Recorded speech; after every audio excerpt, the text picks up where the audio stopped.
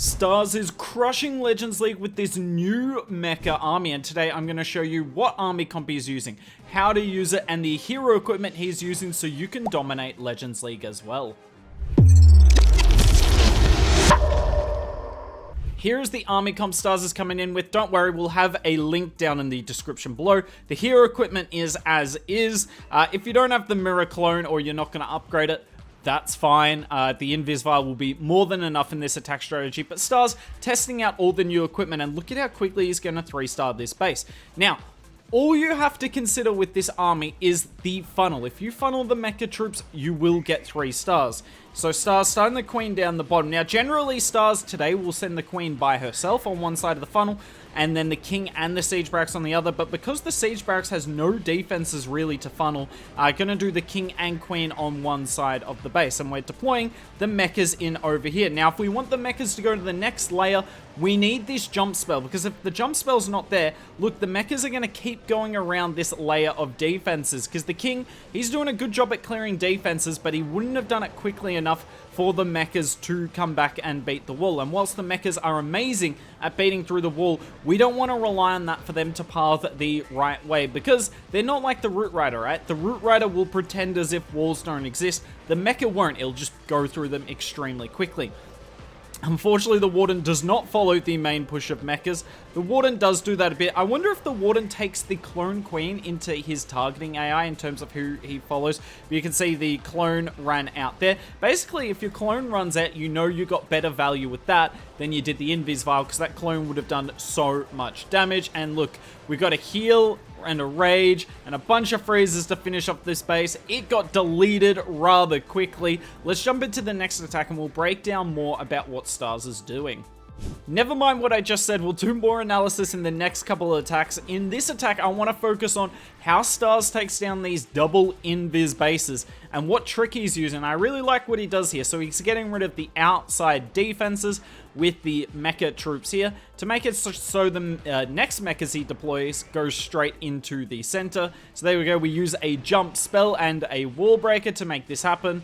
And Invis just gets activated. You can see why it's important that the mecha has 5,500 hit points. So the Queen on the top side seeing a little bit of a funnel, and you all know what's about to happen. Spam time. We're going to get a really early Warden ability here. Unfortunately, all the Valks go around, but you don't even really need the Valks with the mechas anyway. The main benefit of them is to deal with the CC, but what better way to deal with a triple Ice Golem CC than to completely ignore it? We've got the Siege Barracks on the bottom. Rather surprisingly, we use the King with the Queen on the top side. I thought the Queen would have been okay, but I guess all the defensive heroes are on the top side of the base. These mechas are still doing great work. The Lizard has popped 2 of the Ice Golems now, and you're going to see the mecha are going to get slowly but surely kind of wrecked, because there's just not really much you can do when you're getting no support. Stars, worth noting, doesn't deploy all the mecha at the start. We'll save a few for the back end, and I think it's for this exact reason you're about to see. Uses it to open some walls, is able to activate the Invis Tower as well, and this base is wrecked. Gonna pop the RC, hit Rage, heal, double freeze. It's the exact same as the first attack. We deal with the Town Hall as late as possible, and the reason we're doing that is we don't want to sit in the Town Hall poison.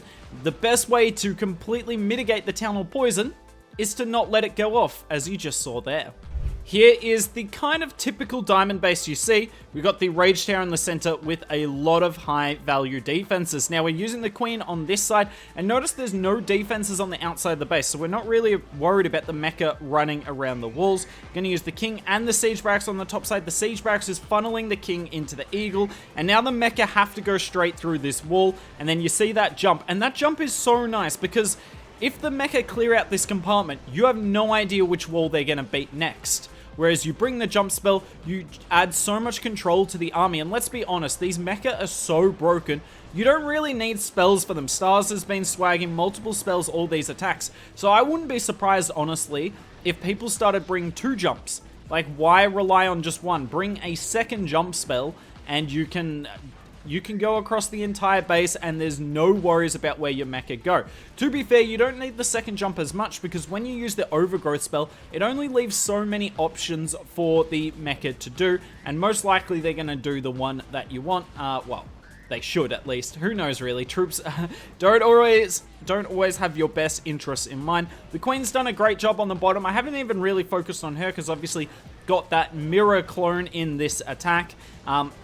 It's doing good work. It's not doing amazing work, but it is helping Stars get the 3-star. This base got wrecked as well. It happened so quickly, I couldn't even talk about what happened. This attack will talk a bit more about the mirror clone. So you see Stars has at level 23 here, but also the planning of the hit. Now let's talk about the magic mirror hero equipment. Should you spend some ores on it? Obviously, we should have been able to save up a lot. There wasn't an event or a new hero equipment in July, but should you spend ores on this or a future one? Well, if you want the answer to that, the day after we release this video, I'm going to do a video comparing the Invis Vial versus the Magic Mirror and whether you, particularly the free-to-play players, should spend on this or whether you should wait for future hero equipment. Up to you though.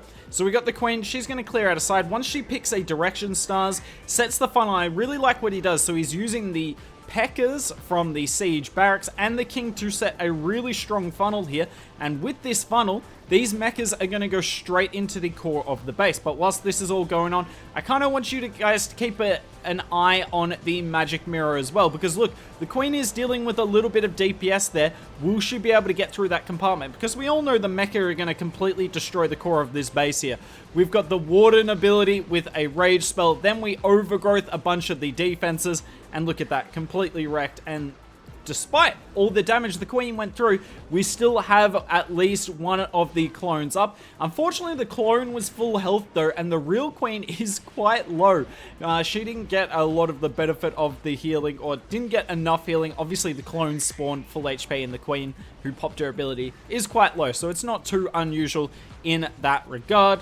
Worth noting, I haven't talked about it yet, Stars is using the Super Barbs and the Super Wall Breakers, but if you're only willing to spend 25,000 on DE, because it is quite steep to have 2 Super Troops at a time, you can drop the Super Barbs and bring a whole bunch of extra Valks. We saw Klaus do that recently. He dropped the Super Barbs from his Rioter spam army. This plan here is probably the simplest and will help you guys take down these box bases, because anytime you see that Town Hall, you can get it for free.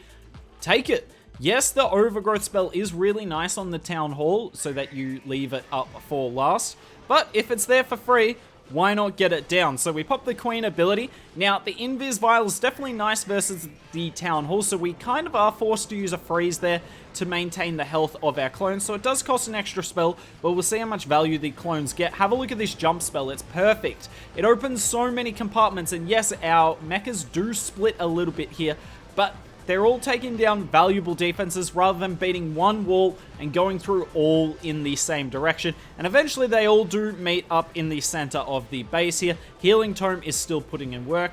We have the King on the right hand side setting a deep funnel, just making sure that the mecha stay inside the base, because we didn't need the King at the start. I mean, look at where the Siege Barracks was placed.